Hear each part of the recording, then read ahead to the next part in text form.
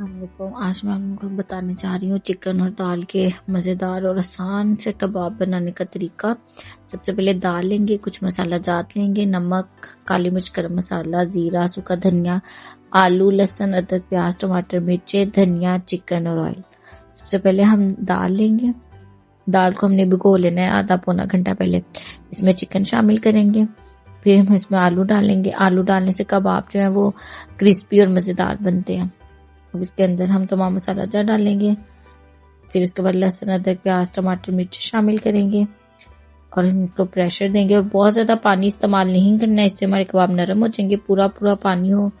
जैसे कि आप देख रहे हैं मसाला रेडी। आप चिकन को अलग कर लेंगे अंदर से, बाकी को चॉप कर लेंगे। और बहुत चॉप नहीं करना, रेशेदार सा रहे, बहुत ज्यादा मलेदार नहीं बना लेना।